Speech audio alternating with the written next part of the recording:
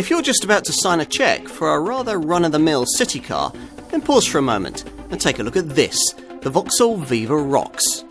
True, it'll appeal to a pretty narrow buying demographic, but within that, there'll be those that might really like what this little runabout is trying to be.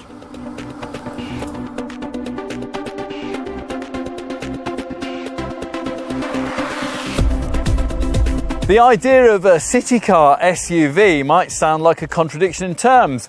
Well, let's be honest, it is a contradiction in terms, but it's also a bit of fun, so why not? Well, that's Vauxhall's reasoning anyway, hence this car, the Viva Rocks.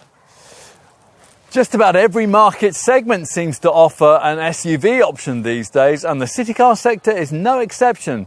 In theory, we've actually had models of this sort ever since 2004 when Fiat launched the Panda 4x4. That, though, actually was a model with some sort of off-piste capability. In contrast, the idea this Vauxhall advances, that of a small runabout simply dressed in crossover clothes to attract a younger audience, is quite a recent thing.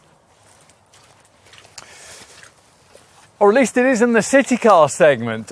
We've seen the concept floated by a varied selection of slightly larger superminis at various times in the last couple of decades, with contenders like the Rover Streetwise, the Volkswagen Polo Dune, the Citroën C3 XTR, and a little more seriously with the Suzuki Swift 4x4 and the more recent Ford Fiesta Active. When at last the major brands were prompted by their marketing departments into doing the same thing with tiny urban runabouts, again it was Fiat who took the lead, launching their Panda City Cross in 2017, an introduction closely followed by the arrival of the extrovert Suzuki Ignis.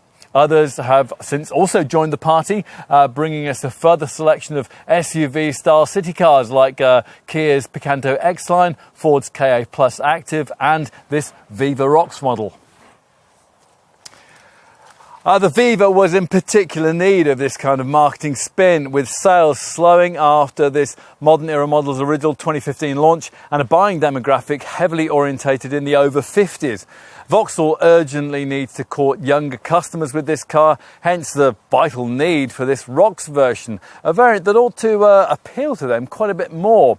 The body cladding, the smarter wheels and the higher ride height make a stronger street-side statement. Plus, 20-something folk ought to be pleased by the potential for class-leading standards of interior media connectivity and the option of Vauxhall's clever OnStar personal connectivity and service assistance setup.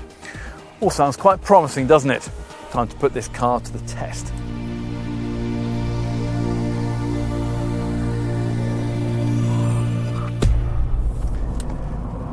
It would be very unwise indeed to drive the Viva Rocks over any very big rocks, but then it's hardly necessary to even make that point. It's evident from the most cursory glance that despite its small 18mm increase in ride height, this car isn't even suitable for the most undemanding forest trail, let alone a boulder-strewn track. Which is fine. No one, least of all Vauxhall, is pretending that this Viva is anything other than a city car clad in some adventurous outdoor gear. Now that might make you want to dislike it until you see this model in the metal, or preferably come across one parked next to another humbler Viva variant. It's got a lot more about it, which is important. For the kind of money being asked here, about £12,000, it's pretty difficult to get yourself a set of wheels that could be seen as genuinely stylish and quite eye-catching. For its target market, the Viva Rocks might well be viewed in just that way, which to some extent is an achievement in itself. No changes have been made to any of the oily bits in the transformation of this Viva to Rock status. So under the bonnet beats the same 1-litre Ecotec 3-cylinder petrol engine that you'll find in any other version of this Vauxhall. This power plant is offered in turbocharged form in Vauxhall's pricier Adam and Corsa small cars, but it doesn't need to be here because that kind of performance simply isn't required at this price point. The normally aspirated configuration that's provided here instead is quite sufficient, and to be frank, we are a little bit fed up with reading copy from spoiled hacks who are complaining that it doesn't make this Viva go very fast. Now true, the output, 73 PS, is a little down on what you get from rivals like Suzuki's Ignis and the 85 PS version of Ford's Ka Plus Active, but this Vauxhall's performance figures are still comparable. The largely irrelevant 62 miles an hour from rest sprint figure occupies 13.1 seconds en route to an even more irrelevant 106 miles an hour maximum. Even if that were legal, it's hard to imagine feeling very comfortable driving a Viva at that sort of speed. More relevant is the news that the kind of slothful city velocities that this car has actually been designed for, it feels like a friendly, willing little thing. The little 3-cylinder twin-cam engine being generally pretty quiet and pleasingly smooth, with none of the thrummy buzziness that used to characterise triple-cylinder power plants in this segment. Now that is just as well, because this unit needs to be revved quite a lot if meaningful progress is to be made, and it doesn't deliver its peak 95 newton meters of power until you're right up around 6,500 RPM. If you're running late or accelerating fully laden up a sloping incline, then you'll need to make plenty of use of the 5-speed manual gearbox that this derivative has to have, so it's just as well that the change action is slick and satisfying. We were, though, slightly surprised to find that the engineers haven't incorporated some sort of collar or depression mechanism on this stick-shift manual setup for the engagement of reverse.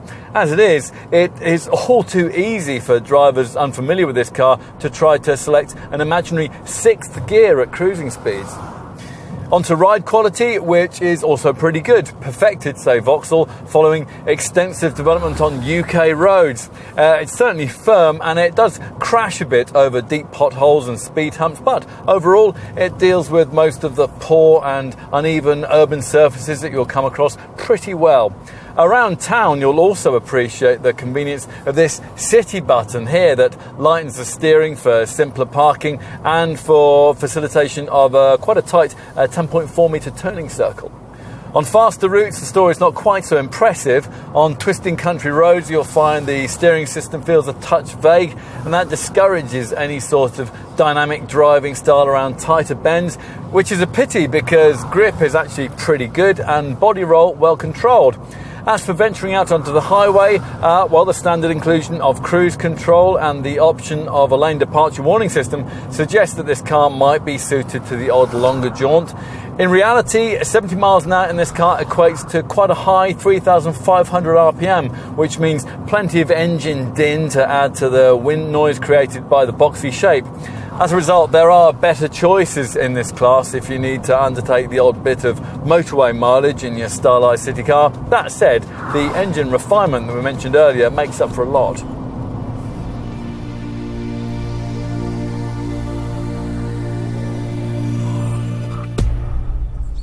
Vauxhall tells us that this Viva rocks. Well, you have your own perspective on that, but it certainly looks a good deal more eye-catching than the standard model, thanks to its high-riding stance, its chunky black bumpers and silver roof rails.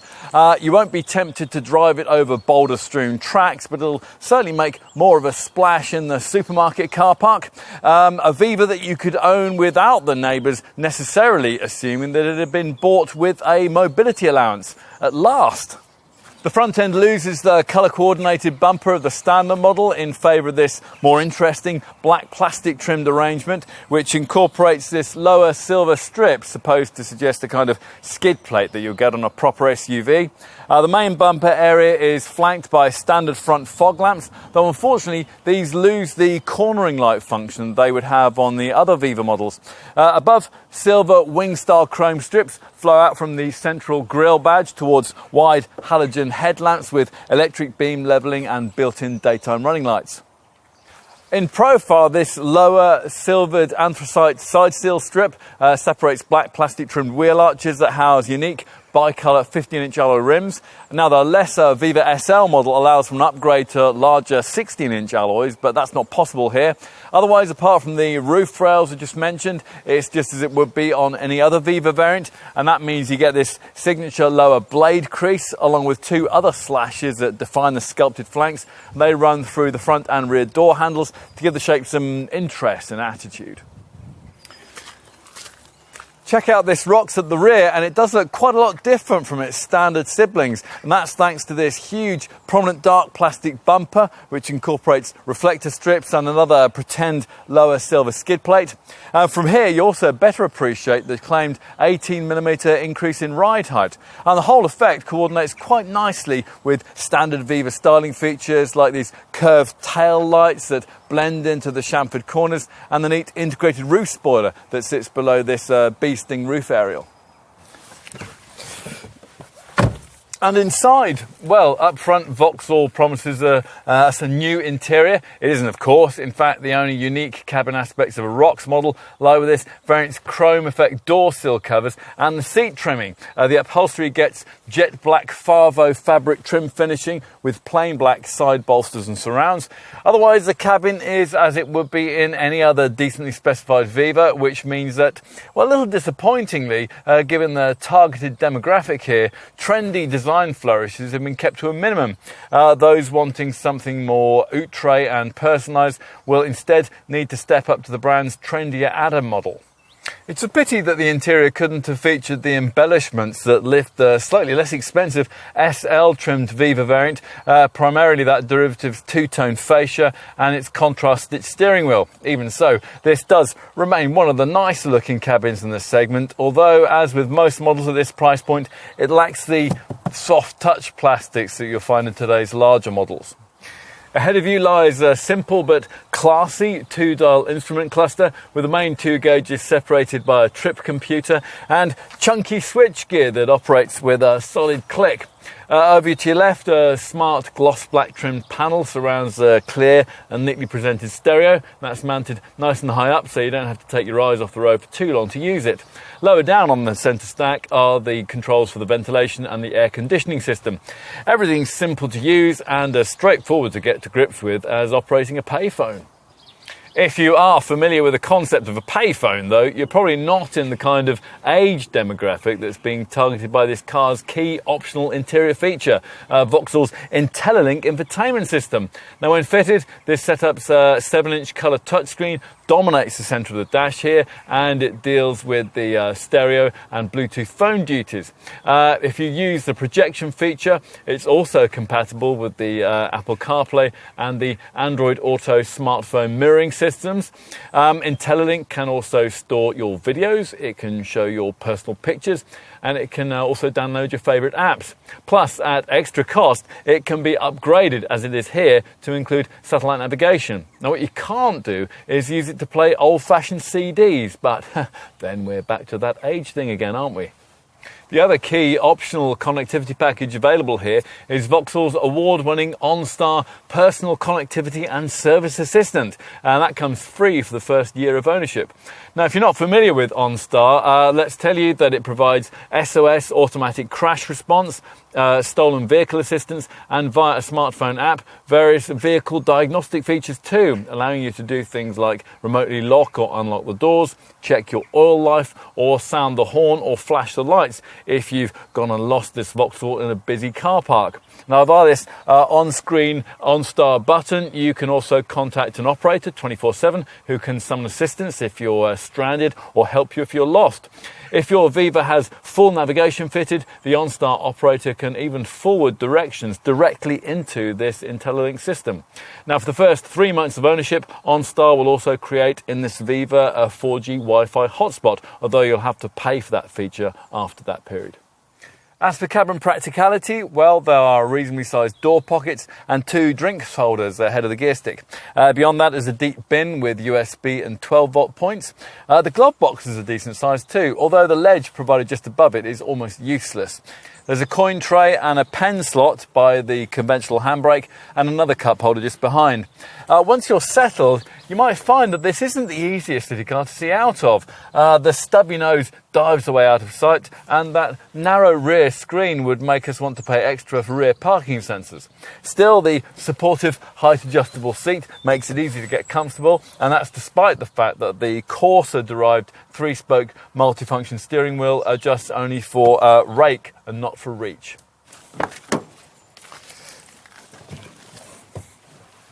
Time to take a seat in the rear. This car is shorter than all its main rivals, but even so, the back seat offers enough room for a 6-footer to sit behind a similarly sized driver. There are no seat back pouches or door pockets, but at extra cost you can specify a Flex Connect system which clips onto these front seat backs, and they'll give you attachments that'll hold a flask, a shopping bag or a jacket in place. Plus they'll hold a tablet too, so at minimal cost you can get yourself what amounts to a rear seat infotainment system to keep the kids quiet if necessary. Talking of kids, a big problem with two key rivals to this model, Fiat's Panda Citycross and Suzuki's Ignis, lies in the fact that with those competitors, it's not possible to have 3 seat belts fitted at the back. Now that could be a real issue for family buyers using a car like this as a second vehicle on school runs and the like. Vauxhall hasn't made that mistake here. No, of course, 3 adults wouldn't want to sit alongside each other for very long, although should that be necessary, the boxy shapes, decent levels of headroom will help. The point here is, though, that a trio of kids could be accommodated if necessary, and that feature alone would make us more likely to consider this car. So finally, let's see what lies beneath the light tailgate, which rises to reveal a 206-litre boot. That's not far off the size of a rival Fiat Panda Citycross, but it is considerably smaller than the trunk you'll get in competitors like the Suzuki Ignis and the Ford Ka Plus Active. Still, the space provided is a practical square shape, and it includes a couple of tie-down hooks to secure larger items. It is difficult to understand why the designers couldn't have added a couple of bag hooks though, and it does seem a bit mean to make the parcel shelf do without its normal pull-up strings. If you need more room, then pushing forward the standard 60-40 split rear bench reveals up to 1,013 litres, although the seats don't fold completely flat.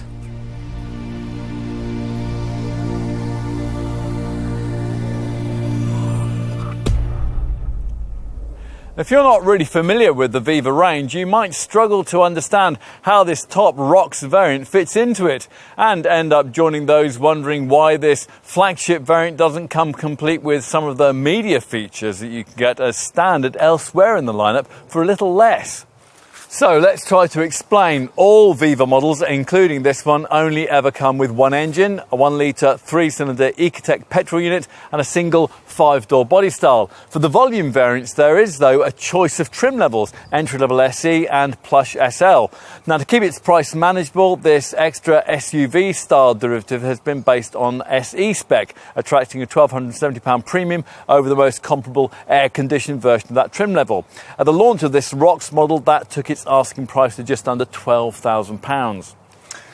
Now, if you're happy to spend that kind of sum on a Viva, the range basically gives you 3 options. You could have a base SE variant with the brand's Navi 4.0 IntelliLink satellite navigation system included, or a flusher SL model with Vauxhall's OnStar concierge system included, or you can have this top ROX model with the trendy SUV body kit included. That's the simplest way we can explain it. In all 3 cases, you can add extra cost, add sat-nav or OnStar, or if necessary both, if your Viva of choice happens to be lacking those features.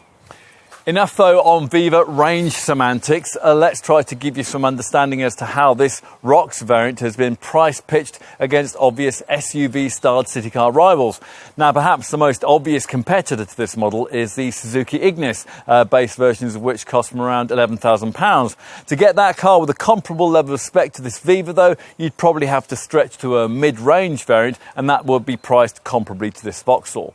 What else? Well, think in terms of about £1,000 more for either a Kia Picanto X-Line or a Ford Ka Plus Active, or around £1,700 more for a Fiat Panda Citycross equipped with the necessary style pack to make it comparable to this Viva. Are there other options? Well, not really. Dacia's Sandero Stepway springs to mind, priced very attractively from around £9,000, but that's a slightly larger Super Mini size model. It won't be as manoeuvrable around town, and it'll cost a little more to run. Otherwise, if you want crossover queues on a small car, you'll need a proper purpose-designed small SUV. If you are prepared to go with a bargain brand, SsangYong can sell you one of those. It's Tivoli model from around £13,500, but small SUVs from the volume makers cost from well over £15,000. Might also be worth mentioning that Vauxhall does also offer a ROX variant of its trendy Adam lifestyle city car, but that's not really a relevant rival. Firstly, because it only comes with a 3-door body style and it uses a selection of much more powerful engines, and secondly, because it's priced from around £17,000. If, having considered all of that, you remain attracted to a Viva ROX, we can see why it might appeal. It's well priced, it's fun to look at, and as we referenced earlier, it can be had with a much more cutting-edge selection of optional media connectivity features than can be had with its rivals. And we'll get to that in a minute. Before we do, though, let's cover the kit that you get as standard. And to begin with, it's worth pointing out that this body kit is included in the asking price. Now, that might sound an obvious thing to say until you learn that Fiat charges £500 more for that on the rival Panda Citycross model we just mentioned.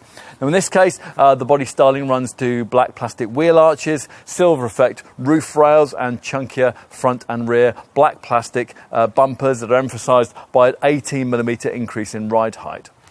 Beyond the body kit, specific ROX features include brushed aluminium look door sills, unique bi-colour 15-inch alloy wheels, and bespoke jet black Favo interior upholstery. Otherwise, the features that you get are those available across SE spec Viva models. Most notably, there's air conditioning, but you also get a few other things that you might not expect as standard on a car of this price. Things like front fog lights and cruise control with a speed limiter. Other standard items include daytime running lights, tinted glass, an alarm, heated powered door mirrors, a USB port, Bluetooth phone connectivity, steering wheel audio controls, a city mode to lighten the steering when you're parking, and driver's seat height adjustment.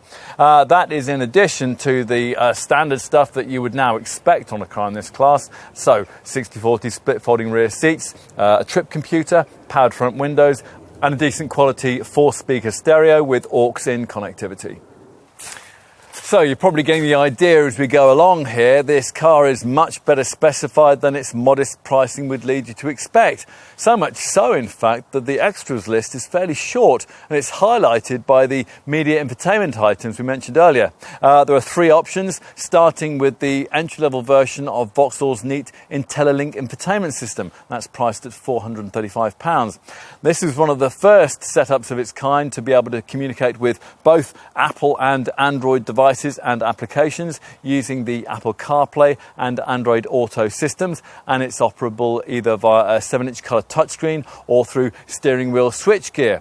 Now, as you'd expect, IntelliLink deals with stereo and smartphone duties through the homepage's phone and audio options, but it can go a lot further than that. Thanks to USB and Bluetooth connectivity, the gallery section can play your stored videos and also show your personal pictures, while the apps section can link you in with approved apps like Stitcher, that's the global podcast internet radio system, and Bringo, a navigation app that's likely in future to make many extra cost sat-nav systems redundant. Now, if you have an Apple device to link in, you can also use the Siri Eyes-Free voice control feature, which allows you to hear an incoming text read aloud or dictate text and emails, all without taking your eyes off the road.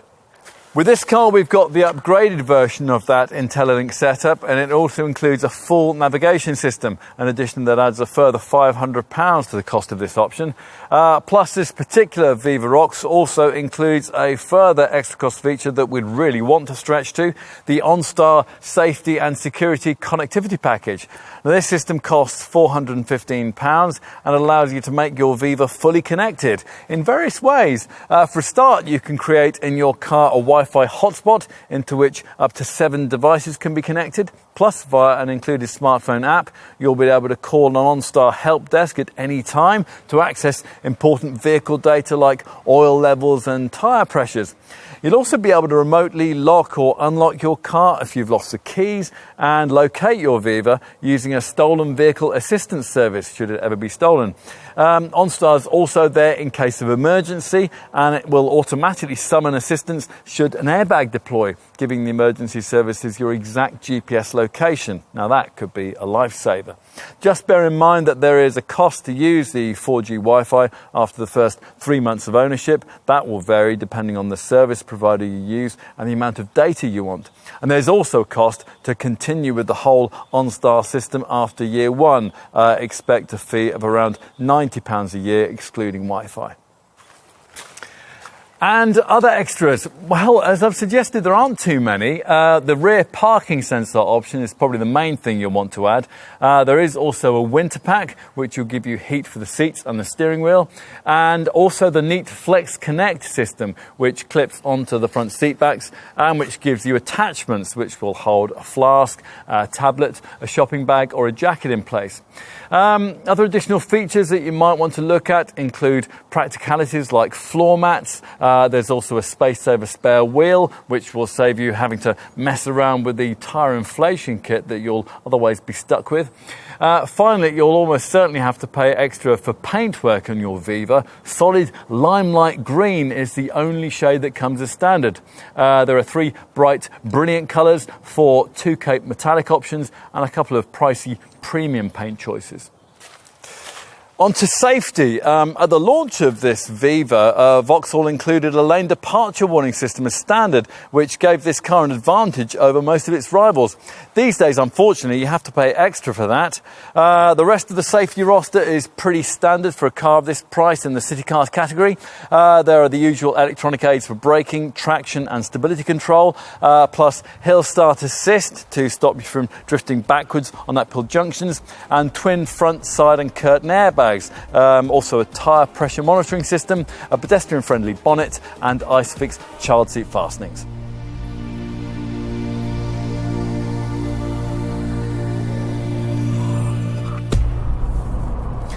Efficiency isn't affected by the ROX package, so we'll give you the same running cost information that we covered when we first tested this car back in 2015.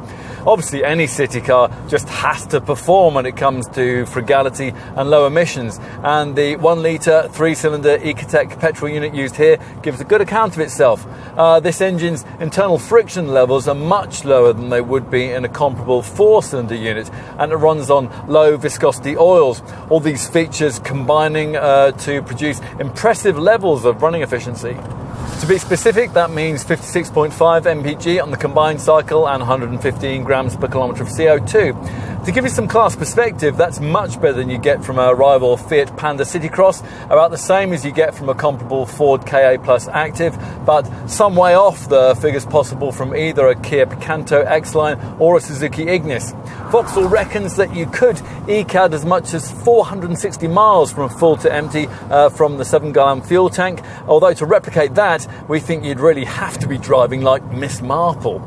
Doubtless the brand could have significantly improved on this car's fuel and CO2 stats if they'd fitted it with a 6-speed manual gearbox and an engine stop-start system. What else? Well, residuals will probably be par for the course for mainstream branded models in this class, and insurance is rated at Group 4E, and that's the same as most other Viva models.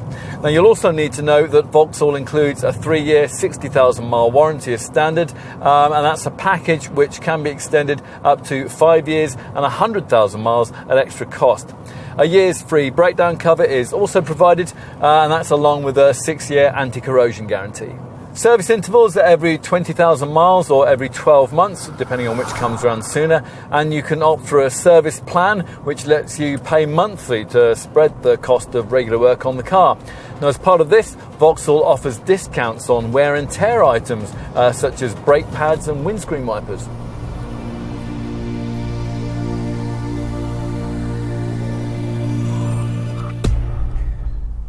There are 2 ways of looking at this car. Either it's a cynical marketing exercise with lifestyle styling that has no really practical purpose, or it's a charming little city scoot that's attractively priced and good to look at. If you take the latter view, then you'll probably bond with this Viva ROX immediately. It doesn't take itself too seriously. True, driving excitement will be in short supply and the efficiency stats could be better. Still, at least the changes made haven't affected the standard Viva's generally likeable urban demeanour.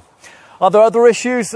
Well, the boot is quite small by class standards, and it is a pity that the Rocks package doesn't give you a more distinctive interior. Still, that cabin can include potentially class-leading levels of media connectivity, and that will be important to target buyers. The IntelliLink infotainment system is one aspect of this, but the really unique part of the package is Vauxhall's clever OnStar personal connectivity and service assistant package. Now, we're all now well used to media connectivity on modern cars, but this setup takes that whole concept one stage further.